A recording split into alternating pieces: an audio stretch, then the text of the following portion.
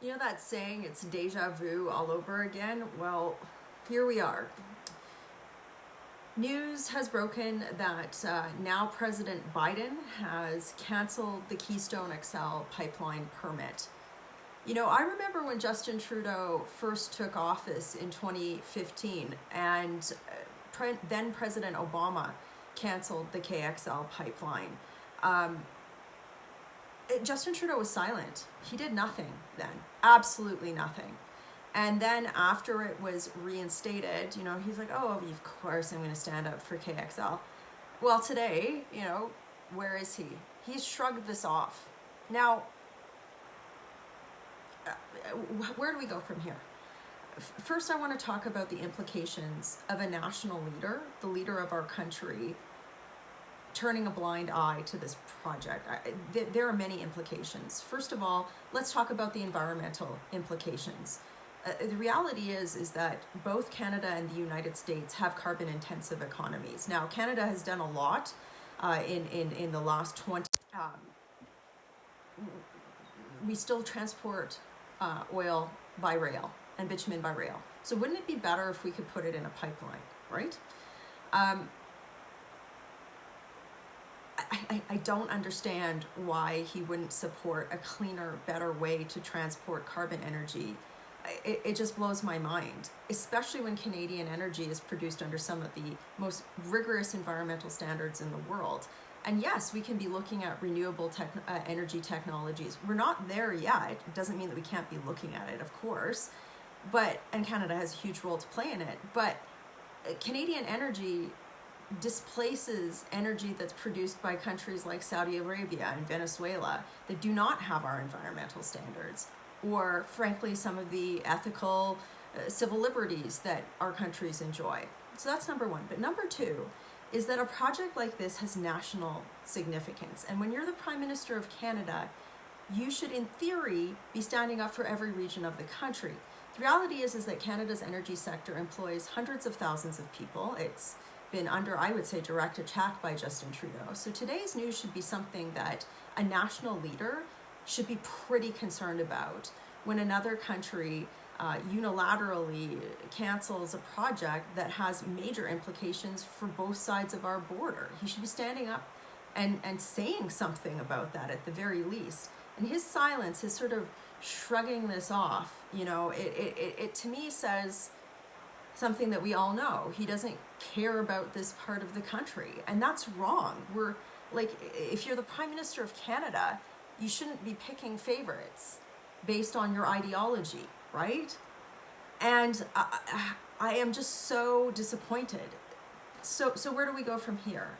We've talked about the implications. Where do we go? Well, you know what, Trudeau, you know, you have crushed jobs in my community. You've crushed the economy of my community. If somebody went into his riding, and Trudeau, if you're listening to this, you know, if I was Prime Minister and I walked into your riding and I canceled, you know, all of the jobs in your community and your industries, you would be up in arms with me and you'd be like, where's the bailout? Where's the money? Where's the other jobs? Rempel, what's going on, right? That's exactly what he would be doing. So why the silence? Like, if he is going to make this decision to unilaterally, over the last 5 years, destroy a major industry in Canada, then where's the support? Where's the transition funding? Where's the tax cuts? Where's the, billions and billions of dollars for people in my riding? Now, I want to be very clear. The people in my riding don't want bailouts. They don't want all of this stuff. They want the right to work in the energy industry, the industry that they're skilled and trained to be part of. They have no shame of working in that industry. But today, for Trudeau to sort of just be idly by while this is happening and not be, coming on bended knee with every possible support to my province is ridiculous. And this is many of you know that the House of Commons is set to resume in a few short days. This is the fight we'll be taking to him. Mark my word. The Prime Minister of Canada can't ignore an entire region, an entire subset of workers. This has to be addressed. This must be addressed for every reason that I gave in this video. And I am proud to continue to stand up for this. You know, last year I issued a pretty spicy document called the Buffalo Declaration, where it talked about some of the systemic inequities that my province has faced, and I stand by everything I said in there. But the Prime Minister of Canada should be looking at grievances like that and figuring out how to overcome them with smart policy, rather than exacerbating them with responses to an issue like this with silence. Anyway, I will be posting a statement to this effect on my website. I'll post it in the description of this video for you to read. Please share this video, and look, even if you're the most ardent environmentalist watching this video, two things for you.